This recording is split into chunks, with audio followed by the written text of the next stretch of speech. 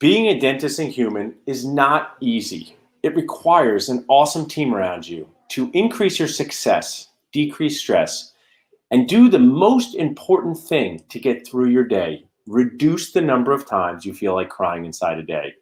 This is Paul, Dr. Nacho. I'm here with my awesome patient care coordinator friend, Kate. We're not going to go on camera because so many things have gone awry today. Our faces cannot go on camera, but we're going to share with you through audio what it's like to run a dental circus, practice, circus, where the animals don't try to eat you, just slowly annoy you to death. So Kate, we'll start with you. Share with our audience your background in dentistry. How long have you been in this dentisting world and what have you done? Sure. I have been in dentistry world for about 15 years. I was a dental assistant, a front desk receptionist, an office manager, patient care coordinator, and an overall support person. So you've done a lot of jobs in this dentisting world. Have you found running a dental office, has anyone ever come into your office and started crying? Yes. Okay. What are some of the reasons people might cry in a dental office? Team disagreements, communication issues, outside of office life. Outside the office, some things controllable, not controllable, right? We Yes. talk about self-inflicted injuries, which we do to ourselves, and things we can't control. So managing crying, you didn't know how much crying there'd be in dentistry, right? There's quite a bit, right? Yes. So Kate and I are here in our Pennington office. We have 2 office locations. I've had the pleasure of working with Kate for over a decade, but today's just a day in dentistry. And if you were here, you might be like, why is it so crazy? But we're just like, it's just Wednesday, right? So what are some things that have happened, drop nachos today in our dental office? We've got great systems. We have a good huddle, but I just want to share with our audience, what are some things that might go awry or have gone awry? We had 3 same-day hygiene cancellations. Same-day hygiene cancellations. So human beings, everyone, they wanted to get their teeth clean. And the dentist always says this, why did they cancel? Why did these people feel like today was not the day to come to the office? COVID symptoms. COVID symptoms, right? So now COVID I know my brother's sister's mother, she has COVID. Have you seen her? No, but I don't know if I should come in. So, right. So COVID has caused a lot of cancellations last season, okay? What are some other things operationally that have been some surprises, not good ones during the day? Dentrix issues. Dentrix just shuts off, right? Yes. So we're running our life. And what do you have to do? You have to stop what you're doing and then do what?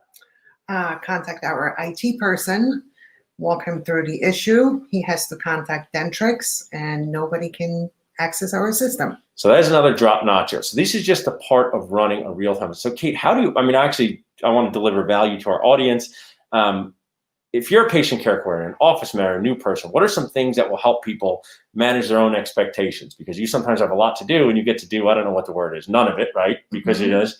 So how do you deal with this refereeing, firefighting on a daily basis? Just roll with the punches. That's a great attitude. So don't have a lot of expectations about getting your own list done, right? Correct. So while dentistry can be quite annoying, it also can be amazing. Can you think of any stories of people here whose lives we've changed and they say, I'm so glad I saw you. It's been amazing. Tell me about some of the fun parts of your job, or what do you like best about your job?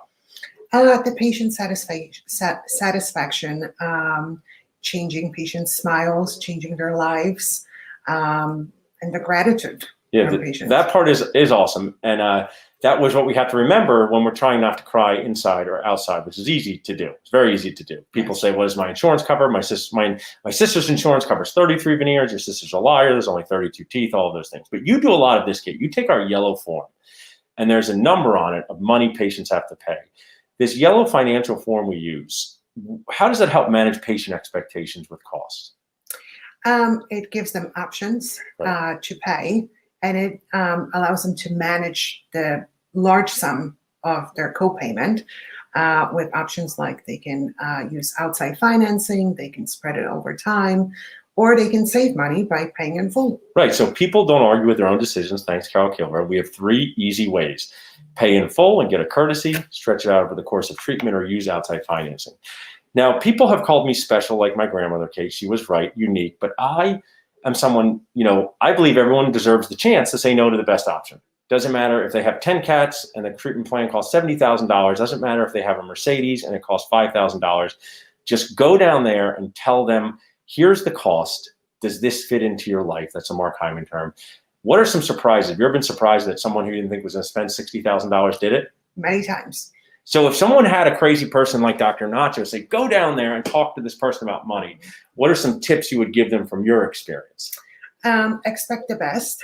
Like that. Always give them all the options. And a lot of the times I'm surprised with the option that the patient chooses. Yeah, my secret to all of this is, and Kate knows I live this, I don't care what the patient chooses. I care a lot about our menu. Everyone gets the chance to look at the menu and say, no, thanks, I don't want to order anything, but it might be the right time in their life to invest and change their smile. Now, a lot of offices will say, oh, but our patients, they don't want to spend $50,000 or $60,000. Have you noticed the people who spend the most money, do they have the most complaints or the least complaints? The least. So do they have you ever had this, and this is totally authentic, has anyone come to you after spending $40,000, $50,000, $60,000, $70,000 and say they wish they didn't do it? Has never happened. And oftentimes we'll hear people say, I should have done this sooner. And we've had amazing patients say, this is the best thing I've ever done for myself, rejoining the mouth implant. So I wanted to share, did that help you get through some of the days when someone's crying, something's broken, someone's not showing up? And Kate, we added to your job. Tell them in the morning, you are the bouncer and the checker. What do you add to your job? I check everyone's temperature. Yeah, you go. And their symptoms. You go around with the thermometer, like a temperature check bouncer. So that's what being in a dental office, like, if you could say, someone's listening and saying, I can't, what is it like to work with this Dr. Nacho, Paul Goodman guy? What's a trait of mine that you say, if people could do more of what you do, Paul, they would be happier, more successful, cry less inside? What would it be?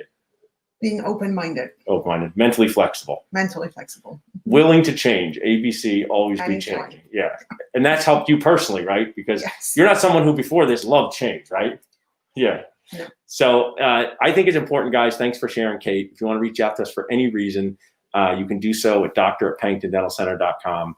We'll have more of these. Dr. Nacho and Kate have snacks and try not to cry inside. Now Kate's going to get back to her job. We're going to have some snacks. Thanks for listening. Thanks for being here, Kate. Sure.